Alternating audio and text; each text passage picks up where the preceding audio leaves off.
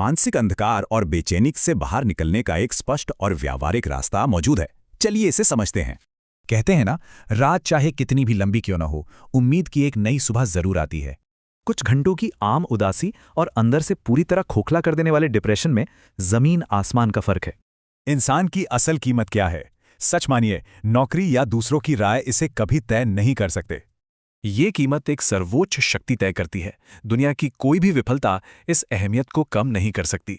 किसी मसीहा के इंतजार में बैठे रहने से बेहतर है खुद को बचाना। अपना हाथ खुद थामना सबसे जरूरी है।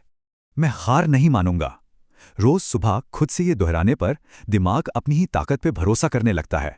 शरीर को टहलने या काम में व्यस्त रखने से नकारात्मक विचारों को दिमाग में टिकने का मौका ही नहीं मिलता। एक ऐसे लड़के का उदाहरण लें जिसने नौकरी, दोस्त और उम्मीद सब खो दी। जिंदगी बिल्कुल खत्म लग रही थी। भारी पत्थरों को चीरकर निकलते एक छोटे से पौधे ने उसे नई शुरुआत करने की एक अद्भुत प्रेरणा दी।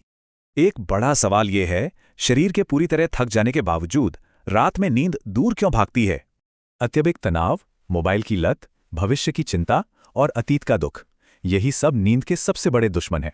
सोने से 1 घंटे पहले मोबाइल दूर रखना चाहिए। इसकी कृत्रिम रोशनी दिमाग को दिन होने का धोखा देती है।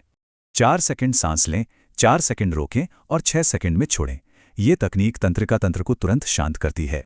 अच्छी सेहत, भोजन और जीवन के लिए आभार व्यक्त करने से सोने से पहले दिमाग को गहरी शांति मिलती है। पुरानी गलतियों को माफ करें। अतीत के बोझ को पीछे छोड़ देने से ही मानसिक शांति और सुकून मिलता है। ध्यान की इस अवस्था में शरीर एकदम हल्का, सुरक्षित, मजबूत और चिंताओं से पूरी तरह मुक्त महसूस करने लगता है। तो जरा सोचिए, अगर ये अंधकारमय समय सिर्फ एक कठिन अध्याय है, तो कहानी के अगले पन्ने कितने खूबसूरत होंगे।